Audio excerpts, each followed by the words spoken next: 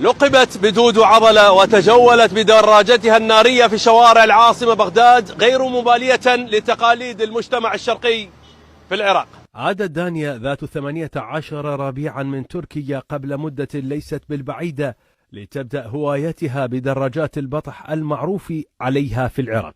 من الطفولة يعني كلش عندي شغف بالدراجات، فأهلي دعموني وشجعوني وبديت بالدراجات. اشتريت دراجة، أخوي علمني وبديت أطلع بها. ما يعني صح واجهت انتقاد كبير من العراقيين ومو الكل متقبل هذا الموضوع، بس عادي يعني ما أهتم ما دام ما طول أهلي ثاقين بي كلش عادي. وبتركيا هم كنت أسوق دراجات بس شحن، يعني ما كنت بطلع على البطح. بالعراق بديت بالبطح لأن ما عندي تيماني الوحيدة ببغداد، وحتى لو أريد أسوي فالبنات مو كلهن أهلهن يقبلون، مو كلهن يعني يطلعون دراجات، عندهم حاجز الخوف ما يكسروه، ما عندهم شغف قوي يعني. بس أنا أشجع إن البنات يستمرون بهذا المجال لأن كلش حلو.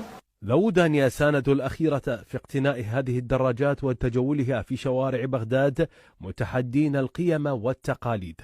هي قبل 3 سنين تقريبا 4 حبت هذا الشيء انه تصعد دراجة وتتعلمها، فأنا حاولت أتعلمها بسرعة حتى أعلمها من بعدي حتى ما تعتمد على غيره. رغم صغر سنها وقد تكون دانيا هي الفتاة الأولى في العراق التي خرجت بدراجة نارية مخصصة لحلقات السباق والتفحيط، فالصورة هنا تقول لا فرق بينها وبين الرجل حتى لو كانت العادات تقول عكس ذلك. براهم المحمودي.